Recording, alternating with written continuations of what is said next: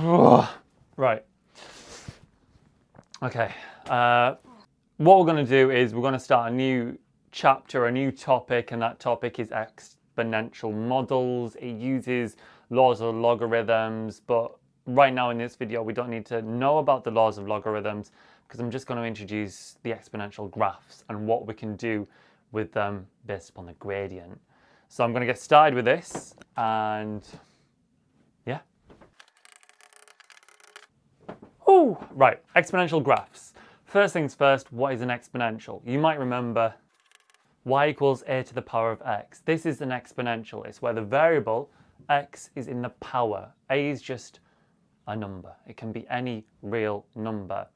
What we're particularly interested in now is what that looks like for different situations, different values of a. So I'm going to draw one, right? This, you might remember from things like GCSE, this is what's known as exponential growth because it's getting bigger as x gets bigger. But this isn't every situation of y equals ax. This is only when a is bigger than 1. As you can see, if it was, say, y equals 2 to the power of x, down here, it's going to be y equals 2 to the power of a negative number, so it's going to be y equals 1 over 2 to the power of that number. Here, when we get positive, x is positive, it's going to go really big, really fast. What else could we have? We could have y equals 4x, does the same thing. Something you might notice though is that here, when x is 0, it always goes through 0, 1. This little bit where it cuts the axis, always 0, 1. So this is only for x is greater than 1. What if it's not greater than 1? This is, if that was growth, this is decay. And this happens when a is anything between 0 and 1. Now you can think of that because, well, let's have an example. If it was y equals half to the power of x, well, a half is the same as 2 to the power of minus 1. So that's the same as y equals 2 to the minus x, which is the same thing. If you recall to your transformations of doing f to the minus x, which just flips it like that. Let me just erase that. So y equals a half to the power of x. We can have anything else. Y equals 0.3 to the power of x. And again, if x was 0, it's 0.3 to the power of 0, which is 1. So right here, it goes through 0, 1 again. And that's for 0 to 1. What if it was 0? Then it would be 0 to the power of x, which is 0, isn't it? Yeah. What if it was 1 as well? 1 to the power of x is just, well, 1 squared is 1, 1 cubed is 1, 1 to the power of 4 is 1. So if you had y equals 1 to the power of x, that is just equal to 1. Hence, that is not growth or decay. But there's an interesting little thing here. What if a was negative? Now, technically, we say that for a being a negative number, it's not defined. Now, I'm going to get into that a little bit later because it's a bit of a weird situation. But the takeaway point here is that we've got growth when it goes up, goes through 0, 1, decay when it goes down, like radioactive decay. Radioactive decay follows an exponential decay. Growth, bacterial growth, follows something like that. Both of these have what is called an asymptote. This one is going down towards 0 as x goes to minus infinity. That is an asymptote. X equal, no. Y equals 0 is an asymptote. Likewise, for this one, it's going towards 0, but it's never going to get there. Hence, it's got the exact same asymptote. This, though, it just keeps going out and up, out and up. So there we have growth and decay, these two situations. A is greater than 1, A is between 0 and 1. The same thing here is that, as we've seen, that if it was y to the 2, y equals 2 to the power of minus x. If it's a minus power, it's the same as a decay, as long as A is greater than 1. Think about that. Have a little think. What I want to talk about now, though, is the gradient of both of these. So, right, I've just added these little sections. These are what we're working on, graphs and gradients. If we just focus on this one, the gradient of this, if we drew a little tangent somewhere, there, like that, we could do change in y over change in x, and we'd find the gradient of just that tangent. The gradient of a tangent elsewhere, though, say here, it's going to be different. Obviously, this is more shallow. The change in y is a lot less as we change in x as it is to here. So what we realise is that the gradient of this constantly changes as you go along. It's very shallow, then it goes really steep. That's just the nature of it. Here it's really steep, but negative. It's always negative, but then it goes more shallow. So it's really difficult to actually say, well, the gradient is this, without having to really appreciate the fact that the gradient constantly changes. But there's this really interesting thing. You might have heard me talk about this before.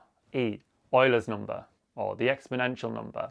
It's a number like pi. It's just this natural number, and it goes on forever. It's 2.718 something goes on forever and ever and ever.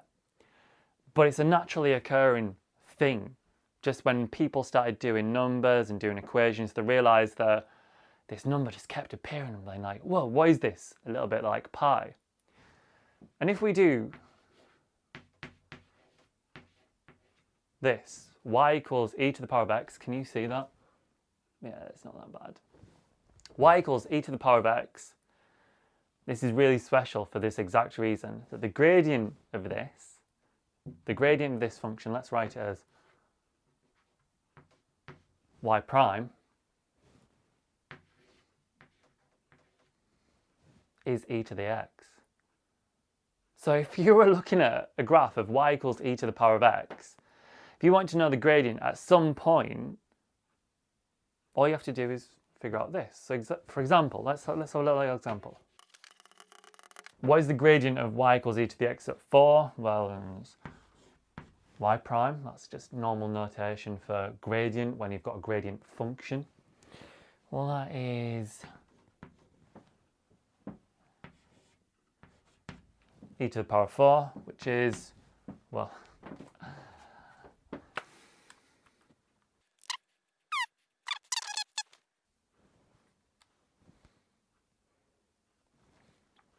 I think I've pressed the wrong E. Still the normal E. No, that's fine. Yeah, there is. There's another E button. So there's E down here, which is just E. But then there's E up here where if you press Shift LN, it gives you e to the power of option. So this is just equal to 54.6. So if we had our exponential curve, we got to, let's say that's 4. The gradient at that point is 54. So it's really quite steep, and it's also positive. Well, what if it's like something else? What if it's not just e to the x?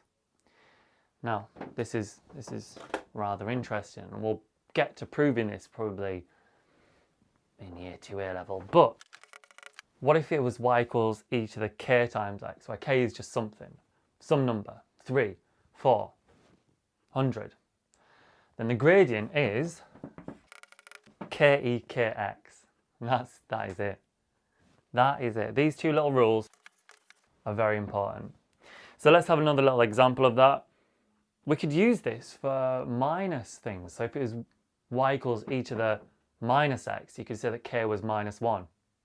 So the gradient would be minus e to the minus x. So let's do a bit more of a complicated example. If that's on there, yeah, we're just squeezing it on. Y equals e to the minus 3x. The gradient of this then is minus 3 e to the minus 3x. So if you wanted to know the gradient of 4 again, you just put 4 in there as x. So it would be minus 3 times by e to the power of minus 12. Stick it into your calculator. Job's good. Nice. So that's the gradient of an e to the power of something. What if it's not e to the power of something? These, 2 to the x, 4 to the x. You could also have y equals pi to the x. I've never seen that, but you could have it. What's the gradient of those? You actually don't follow the same rule. The gradient of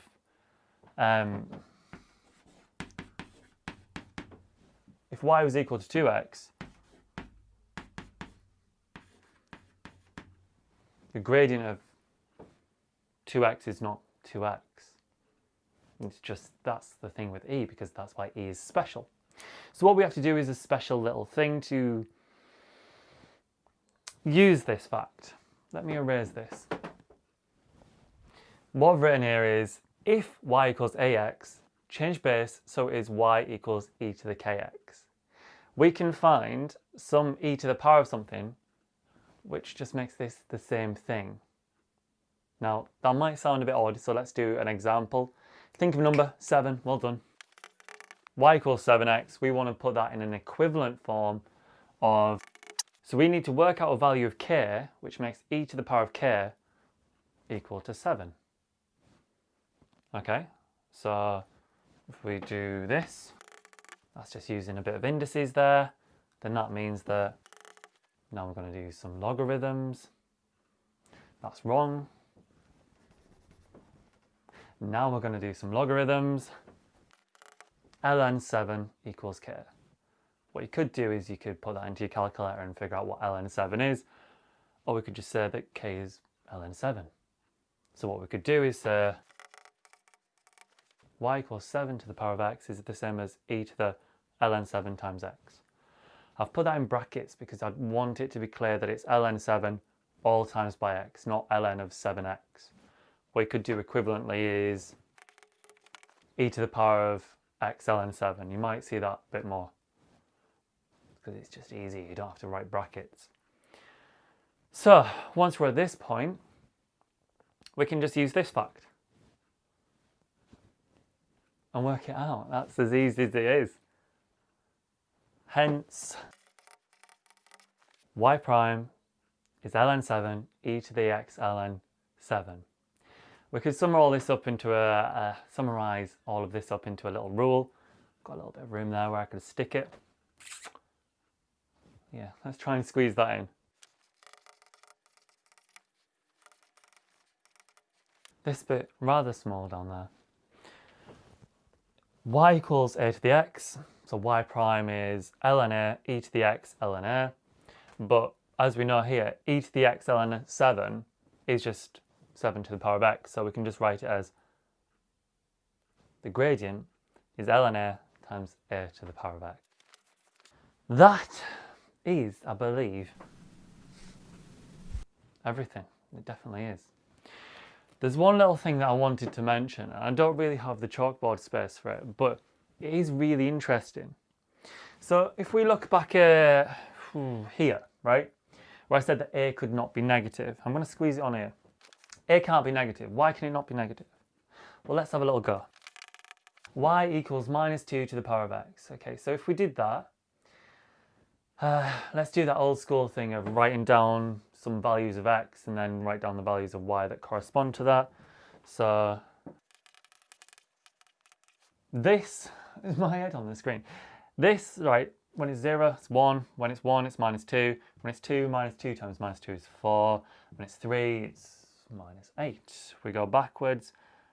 Minus 2 to the power of minus 1 is just going to be 1 over it, so it's minus a half. And then minus 2, then it's then what is it? Minus 2, it's 1 over minus 2 times minus 2, so it's... Right, so we get that. That seems doable, that seems fine. But the only bad thing is that your values, right, you're not following the shape anymore. It's going kind of down, then up, then down, then to 1, then down, then up, then down. So does it just follow that shape? We need to think about what happens in between. What happens when it's a half? So let's just erase this. What if x was a half? What's happening in the gaps? Y equals minus 2 to the power of a half. Well, that is the square root of minus 2, which is a complex number. It's not real. It's not real. So you can't do it when it's not real. So this is why you can't do it. It's because if you got the minus number, you get into this realm of the square roots of minus things. But what if it was, what could we do? It gets a lot further than that though. Give me a moment. All right, I had a little bit of a moment there. This was when x was 0.5. What about when x is 0.6? What that means is we've got this situation. Minus 2 to the power of 0.6. Is my camera going to go off soon? 0.6 as a fraction is 6 over 10. So what you could do there is just, you could do, we've got two options here. 10th root of minus 2 to the power of 6. Or we could do better, minus 2 to the power of 6, and then the 10th root of it. The thing about this is if you do the 10th root of minus 2, that's a complex number, you can't do it. But if we do it to the power of 6 first, what you get is minus 2 times minus 2 times minus 2 times minus 2, blah, blah, blah, blah, which is it positive 64? I'm almost sure it is. Yeah, 64. Then the 10th root of 64, if you put that into your calculator, is 1.51. But if you did it this way around, what you would get is no answer. But what we know from the laws of indices is you can actually swap those two bits around. This is an allowed move, but depending on the order of whether you do it affects whether it's a real or imaginary number. Now that, to me, is what I would call a swear word. But I'm going to say it's a bit of a vibe. It vibes my head, right? It's a mind vibe. So this is why you can't do A as a negative number. It just doesn't seem to mathematically work. The really weird thing is, though, that 6 over 10 cancels down to 3 over 5. If you do 3 over 5, then you're doing minus 2 to the power of 3, which is minus 8. Then the 5th root of minus 8. Wait, the 5th root of minus 8 is a complex number because it's a minus number. So it really depends upon how you express this fraction. If you express it in a way that the number on the top, the numerator, is even, then you can force it to give an answer. But if you wrote it in a way which is an odd number on the top, it's complex no matter how you look at it. So the takeaway point here is, get rid of that. A, not negative. A has to be positive, a positive real number. There you go. Right, that is graphs. Onwards.